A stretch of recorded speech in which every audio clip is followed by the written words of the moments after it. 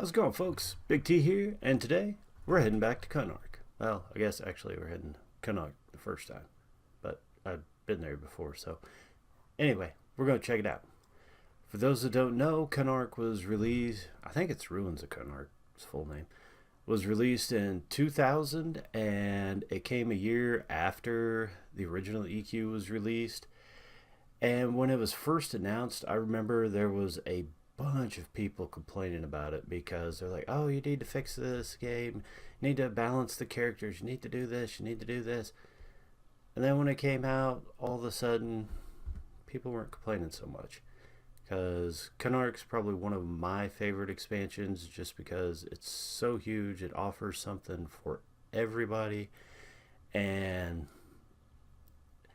even though it's gotten better and better, looking at the original graphics as compared to the Kunark graphics, I know it's the same engine and nothing was changed that much, but a lot of the mobs just look so much better. And it also introduced the Excar, the Lizardmen. And right now we are waiting on a boat.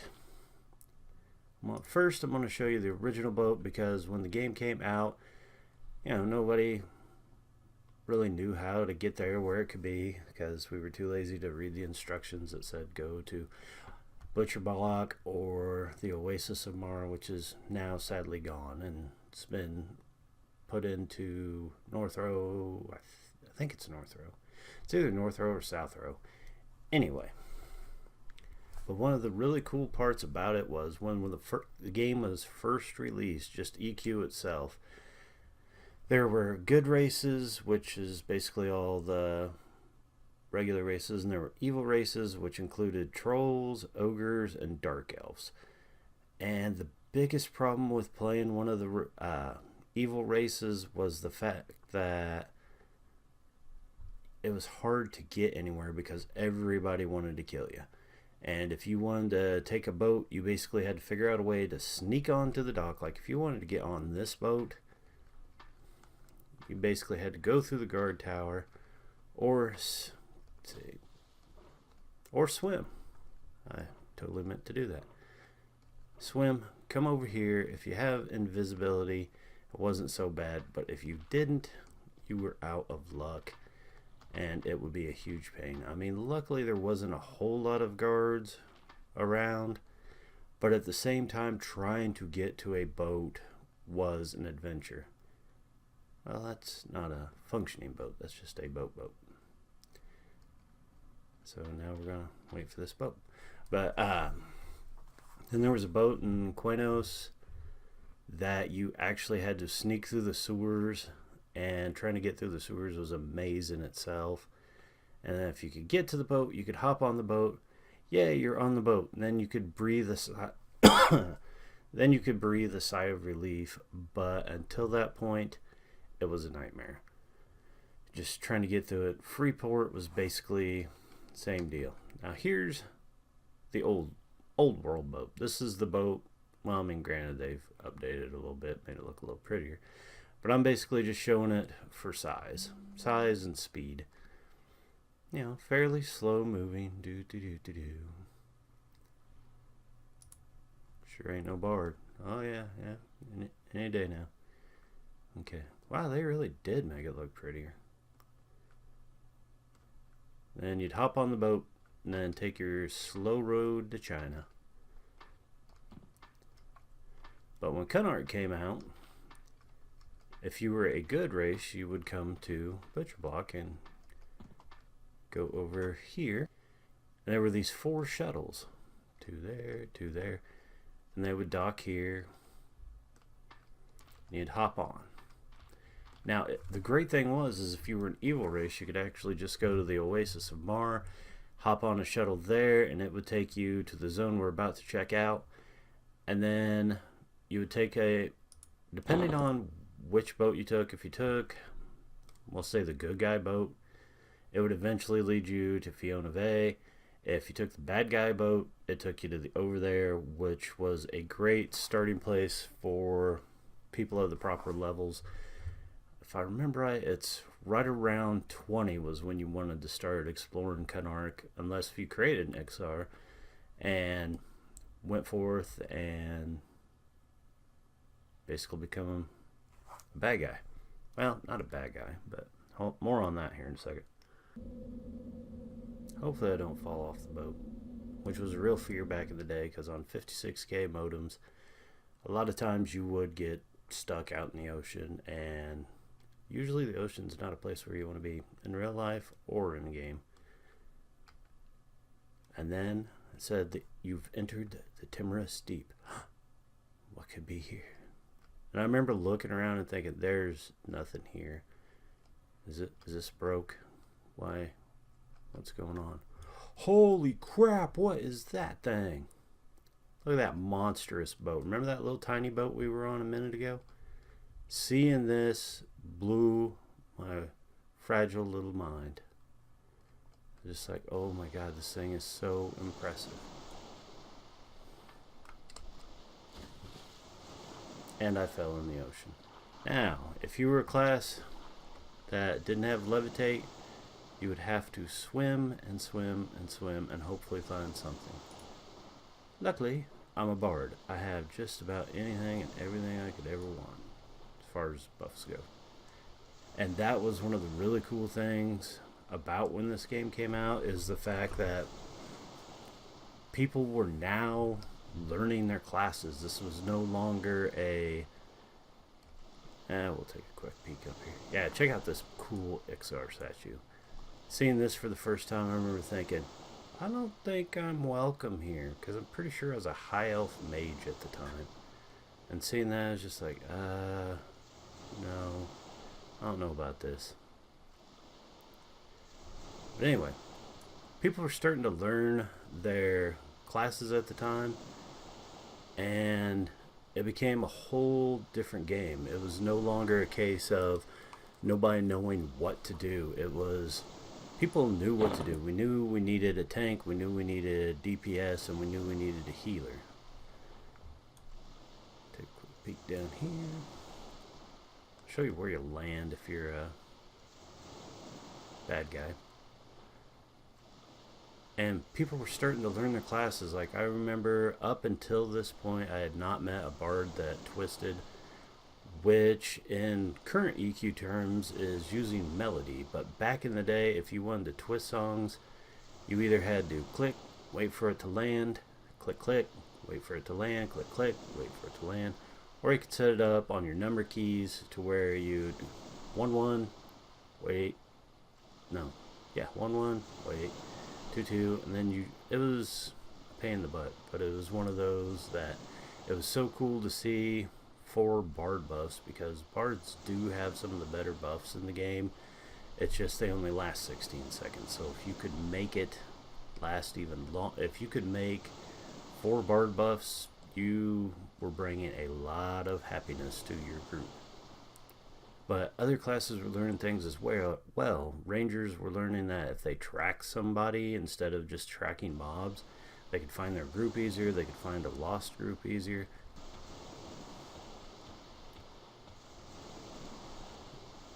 And look at that, that was so fun, because I remember thinking, okay, good guys, bad guys must have the same boats. No, they got different boats, yo.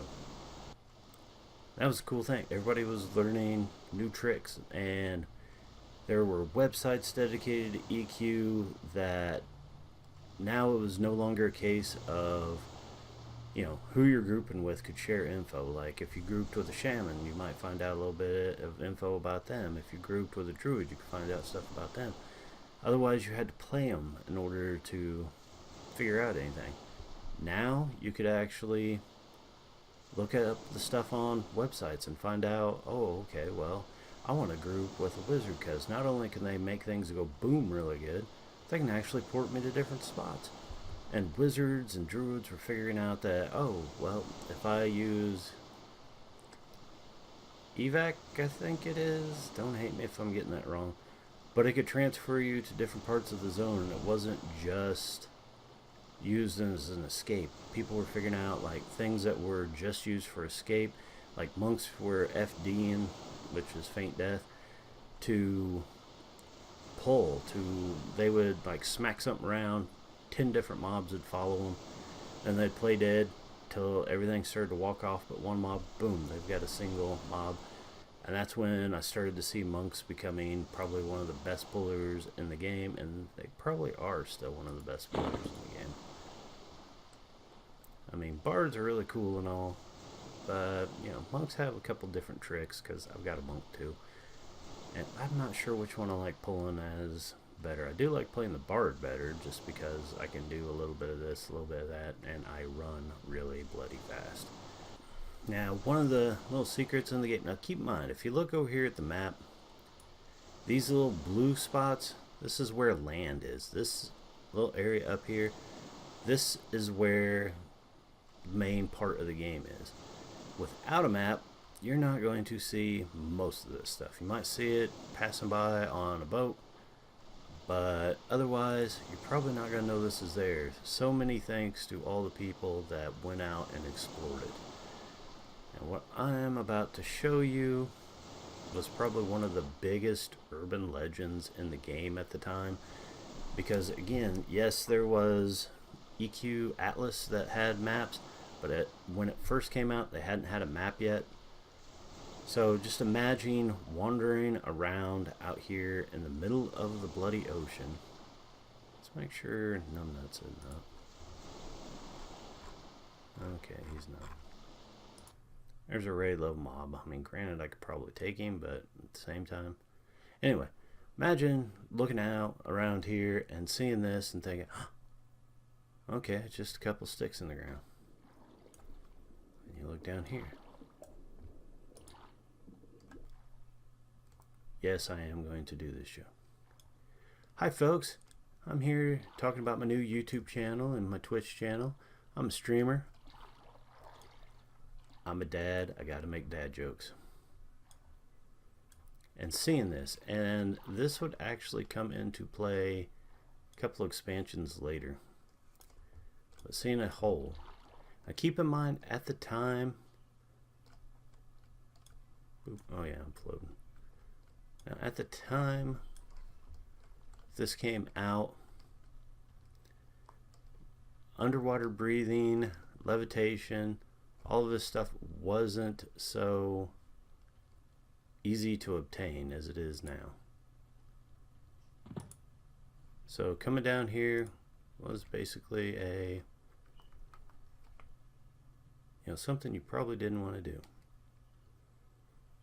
But if you did, this is all you'd see and probably think, well, this is about pointless. How do I get out? I'm trapped. Oh no. Let's see, do I have invis? Yeah. Click on this. Where am I going? Oh my god, I'm going to a town. Each one of those torches and fire pits that you've seen will lead you to a different town. So imagine going from having to take boats everywhere to finding that out. The classes that could bind themselves there would bind themselves there, and poof, they had easy access to anywhere in the EQ world. Whereas the rest of us poor schlobs still had to take boats and run around. So here we have the over there Outpost, which was home of the evils. This is where they would land whenever, yeah, probably ought to have invis going. Whenever they would land, they would show up here, and this was kind of the, if you were a dark elf, ogre, or troll, this is where you would show up. You'd be, and it had all the things you needed. It had a banker, it had merchants, had dry dock boats.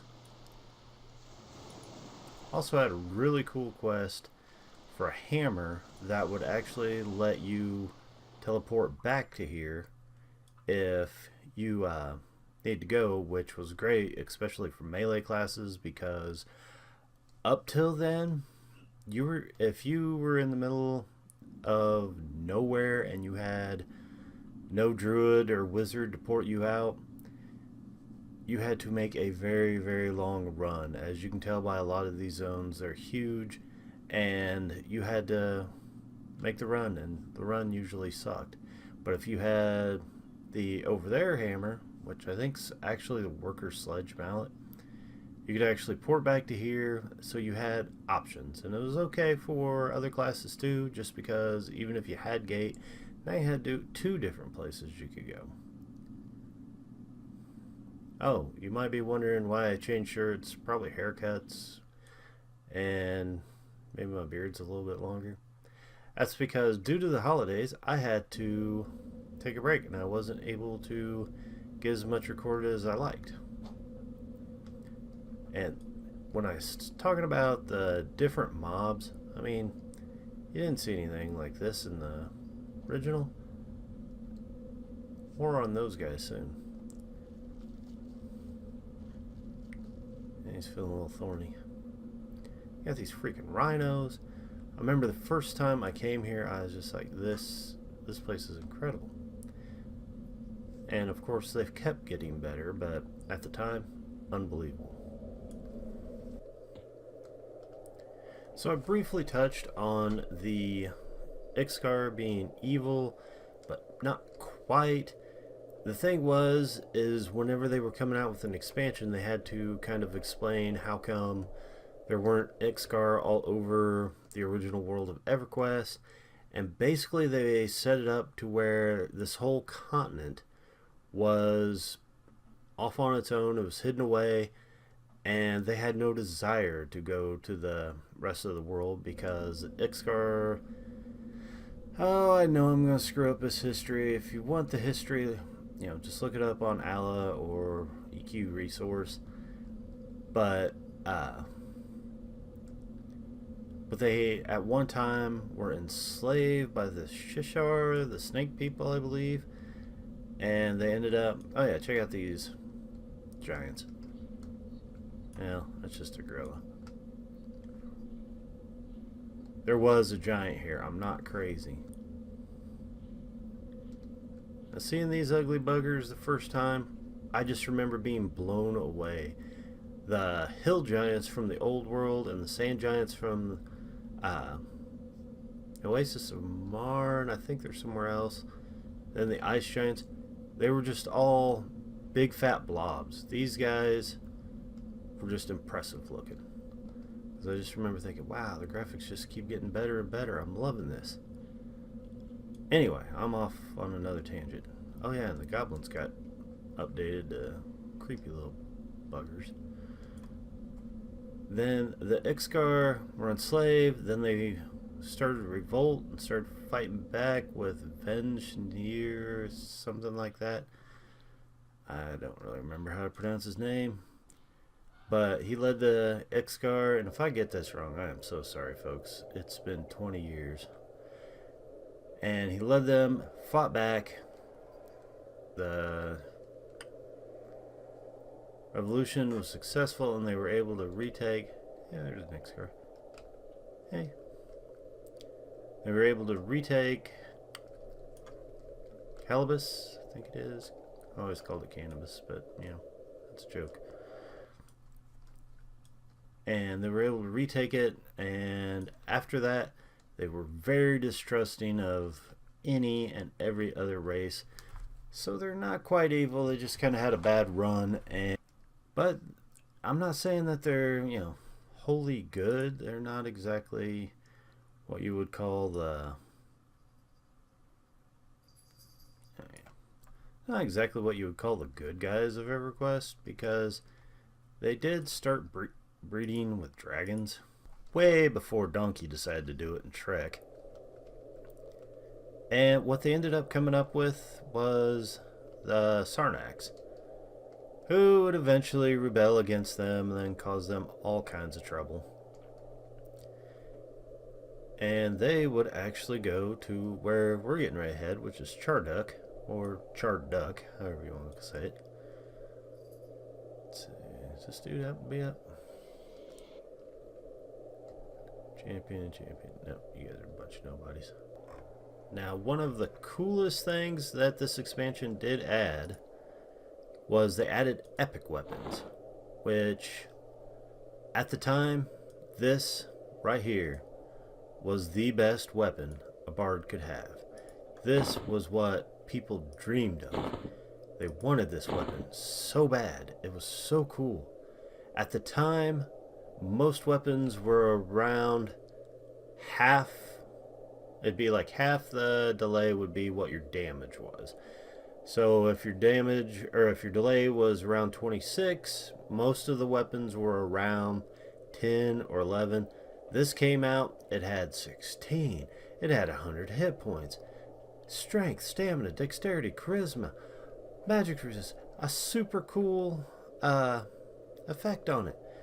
How much cooler can it get? I'll tell you how much cooler it can get.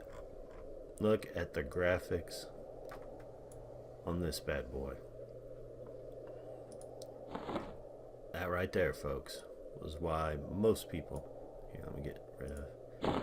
That's why most people went and got it. It had blue floaty notes.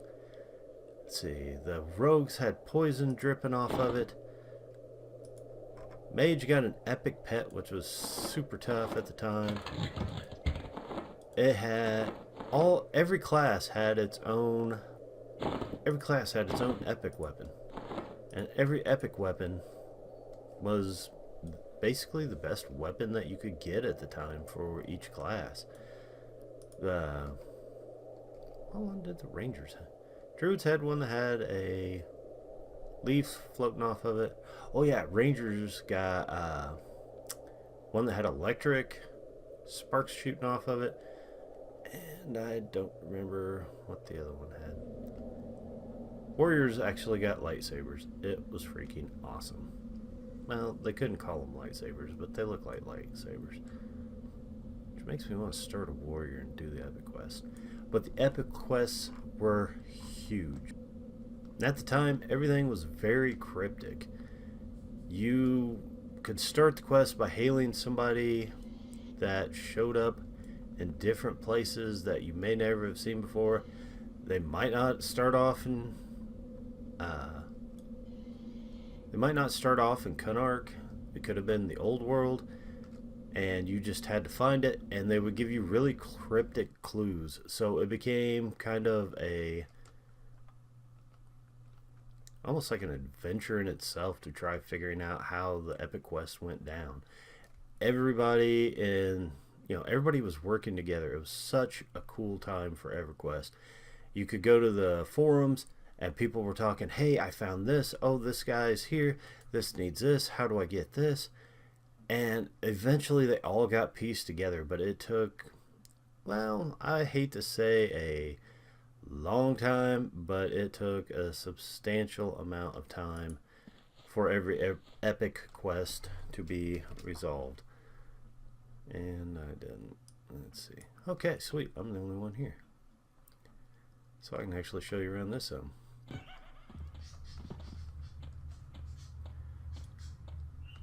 The epic quest would actually lead most classes to a lot of similar zones. Charred Duck was one of them that a lot of people had to go to. Oh, these stupid fireworks.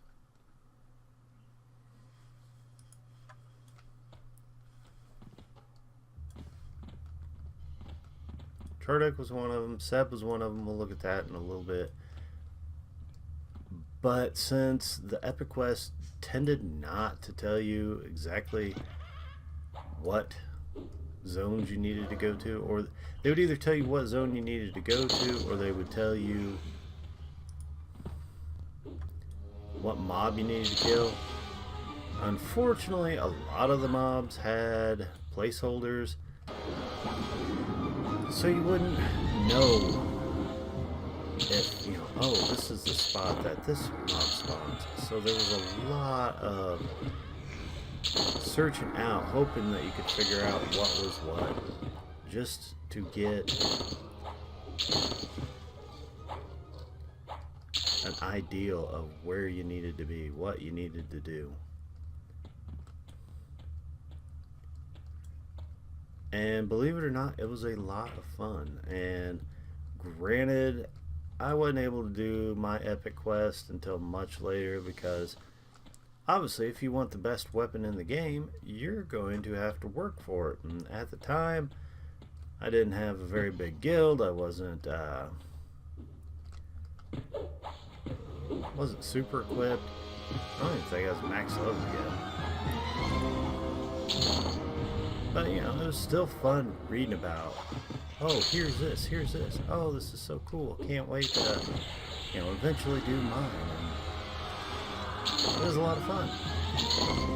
Now, Charduck, yeah, that's a good looking mob right there. It's too bad he's dead.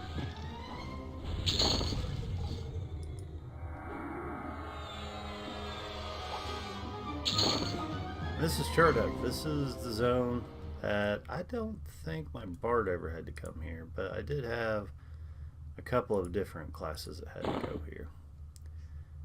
And let's see, how far are we? Now keep in mind, I'm way over leveled for this, so I mean, obviously I'm not going to be getting any experience here. But if you are at the level range to do this, oh, this was a fun place to hunt.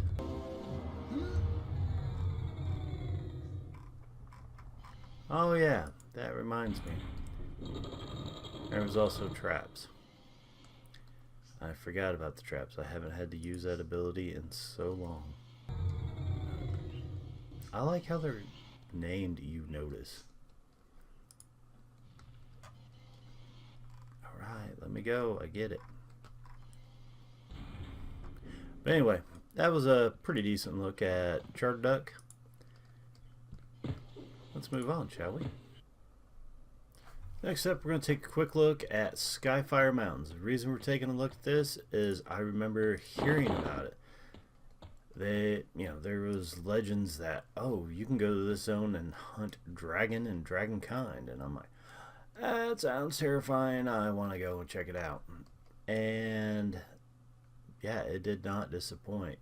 Keep in mind, up till this point, it was mostly goblins and the occasional specter, maybe a giant or two. And then you get to see drakes. That's like, now there were a couple of these in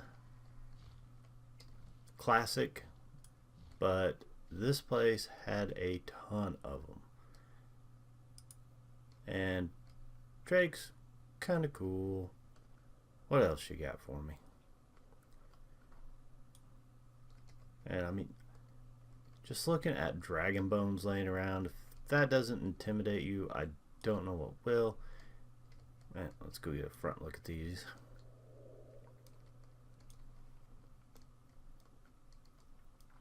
Yeah, looking at that back in 2000, it's just like, oh, what did I get myself into? And then I seen my first worm. I'm like, oh my god, that thing's a dragon, right? Well, no wings, so technically it's not a dragon. But it just blew my fragile little mind. And you got your wyvern. Now keep in mind that they're, roughly 45, so I mean, you did have to be a fairly decent level to come hunt here. And of course, you had your giant flying dragonflies. Now, if you got your butt kicked by a worm, you still felt tough. It's like, ah, man, that was a great fight. Get your butt kicked by a drake. Okay, well, they're still pretty neat. Wyvern. Okay. Get your butt kicked by a freaking dragonfly. That was a little embarrassing. Then you'd have mobs like this. Whenever they all get together and meet and create the super... Oh, hey, come back, Drake. I was making a bad joke. This is why you shouldn't breed with dragons, folks. Nothing good will come of it. Oh yeah, then you had the flying sperm. Yeah, that's...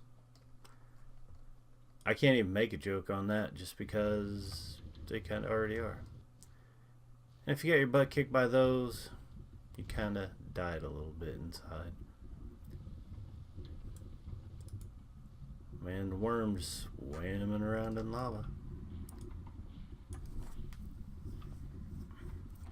Now there were zones like this in the original as far as having lava and just really neat visuals, but to have an outdoor area to where this just looked terrifying.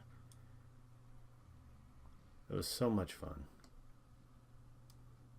I'm going to show you a quick little... Oh, and this game also... I'm sorry, well... And Kunark also introduced locked zones to where you had to do something to earn a key.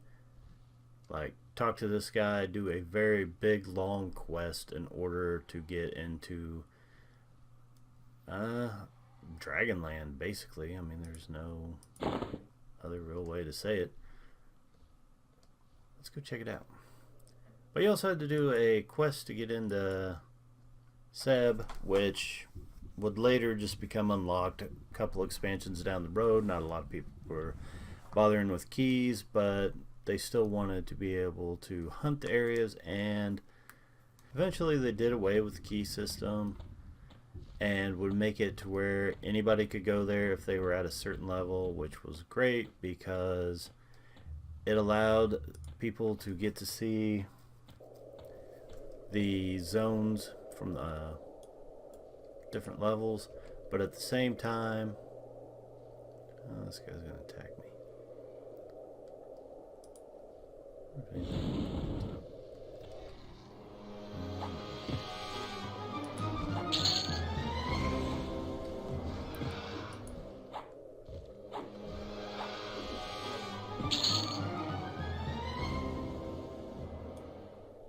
I basically gave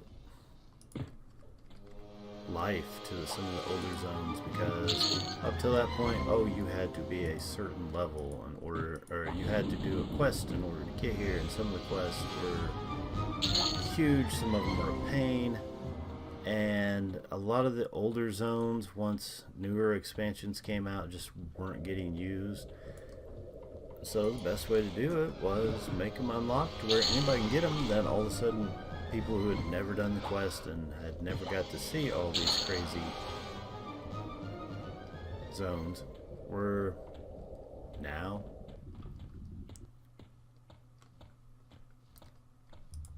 able to see them.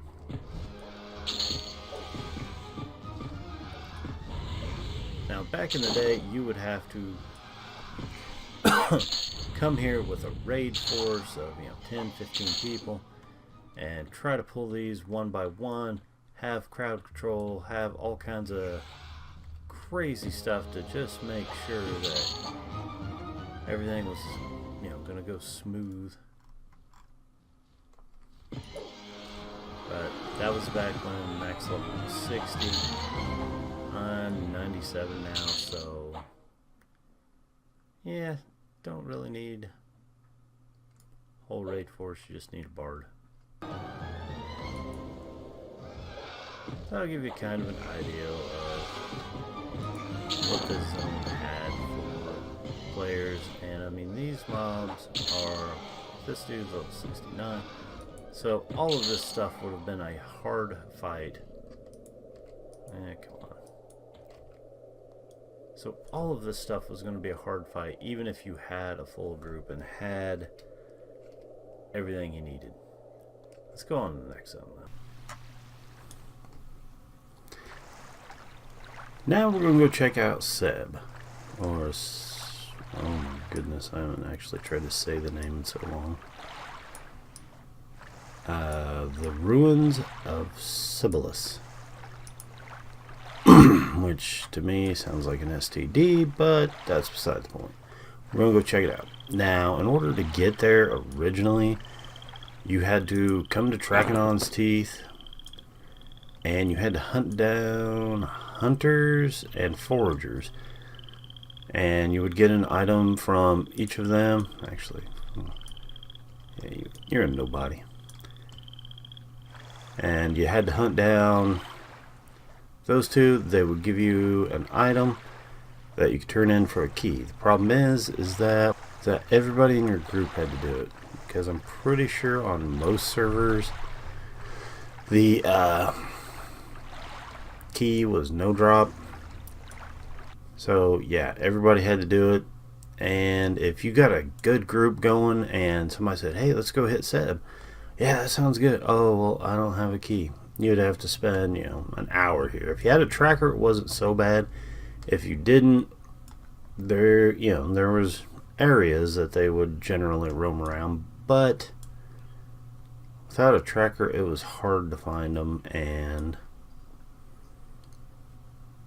it made for a very long day. Yeah, check it out, man. It's got freaking raptors. How can you not like this zone? Look at them ugly mothers. Then you got, you know, oh, yeah, I don't think.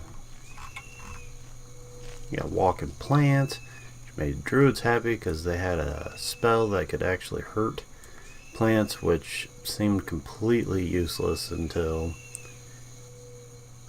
this one, because I think the only other plant mob was Trents, and generally it was a bad idea to kill Trents if you were a good guy, especially a druid, since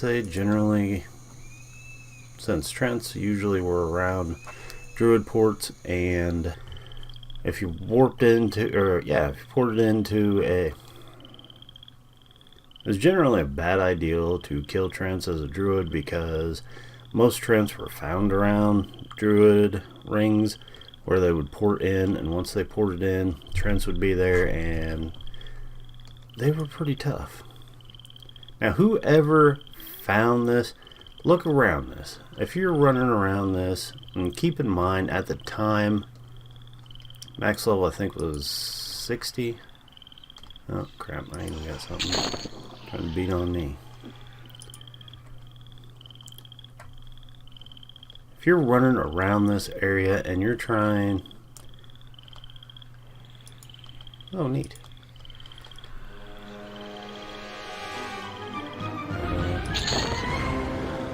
You're dead now. What you were thinking? Leet blue right there.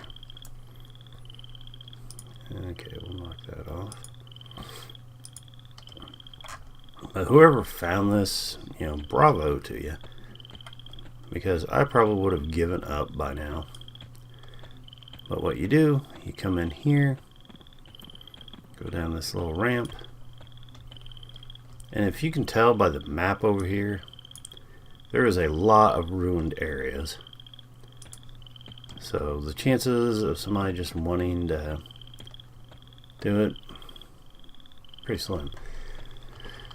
And then you come over here to this little thing, click on it, and if you didn't have the key, I think it gives you the you don't have the key to this. So then you would have to figure out how to get the key, which if you know you're discovering it for the first time, you're not gonna have any idea.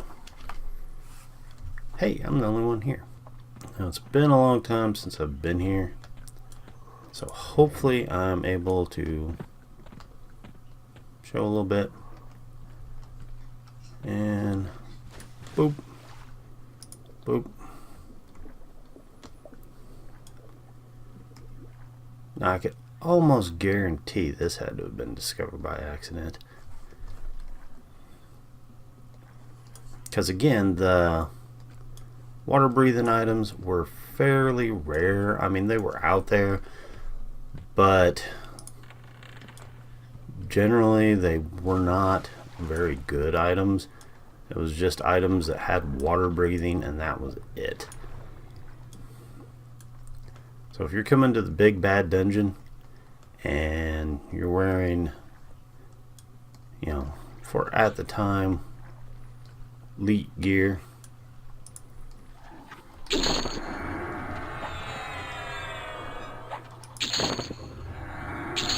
probably not going to want to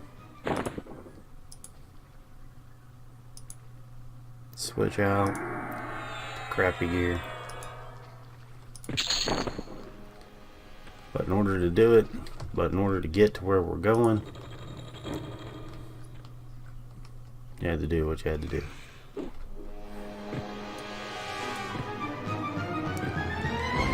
And unless if I miss my guess, this was also one of the first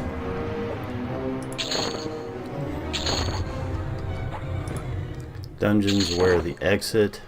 No, I guess Charduck has it. I'm recording this on different days, so...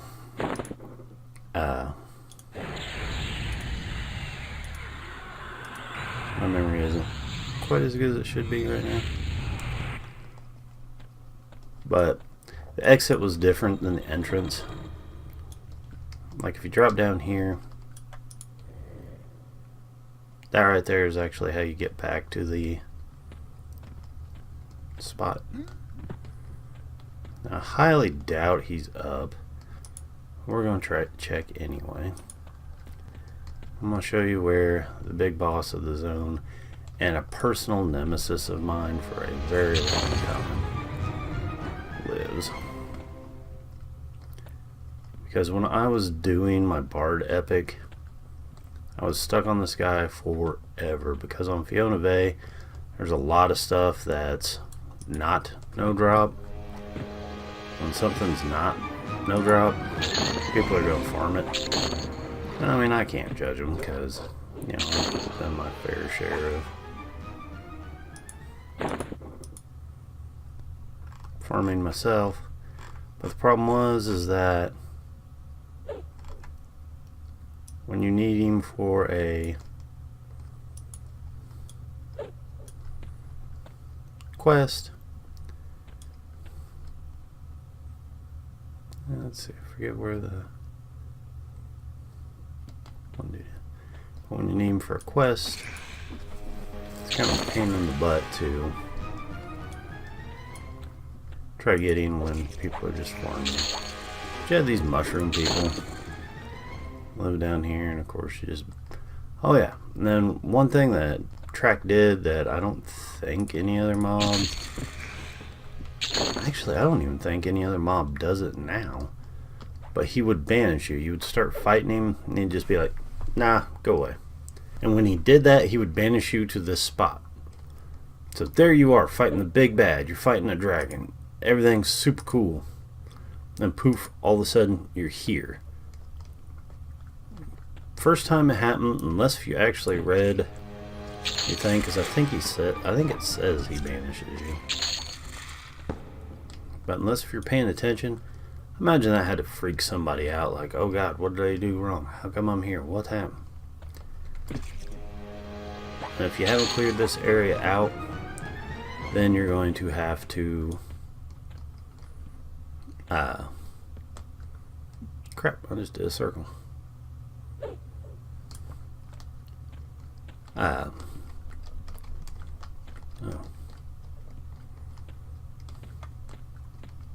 If you hadn't cleared it out, or you were going a little slow, all of a sudden you're back in the middle of a dungeon. You've got a dragon that's mad at you, and you're going to have to go find him. And again, at the time, no map, so you would have to do it by memory or by a printed out map. And I don't know about you guys, but if I'm busy fighting something, and there were so many spots in this zone that people would hunt, that there were actual camps within a dungeon. Like, you didn't go to Seb and say, anybody else here? Yeah, me, so go away. No, there were, you'd come here, shout out, camp check, somebody would say hunting the Spory King, hunting the disco, hunting different spots.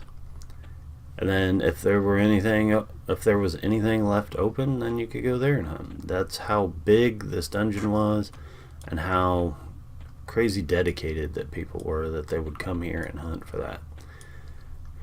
Alright, I've shown you well, actually I haven't shown you half the spots, but in this part is basically a one-way entrance, because once you go through here, But once you open that door, you weren't getting back. There are tricks around it, but I'm not going to bother with it right now. I just want to show you where Track lives. Go and get in there and say hi, see if you missed me. I mean, I know it's been a long time since we've seen each other. Oh, jump a lot. We'll kill him for free.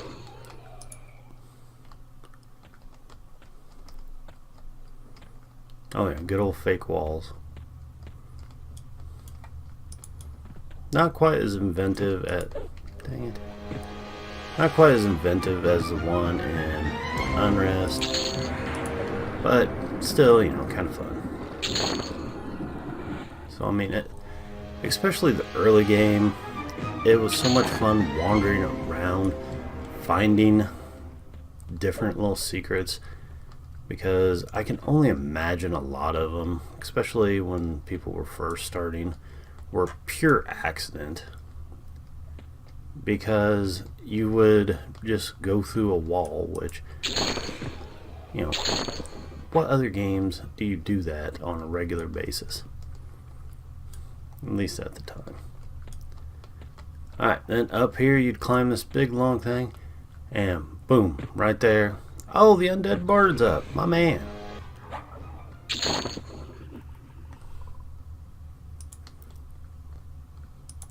To give you an idea for anybody that's, you know, starting out and wonders what the old game was like, at the time this was considered pretty much legendary. And it was mostly because, you know, very few items had haste that casters would either wear or would pretty much have dibs on. There were mostly just belts. But when this came out, people were like, oh my goodness, I can actually wear that. No one's gonna fight me for it.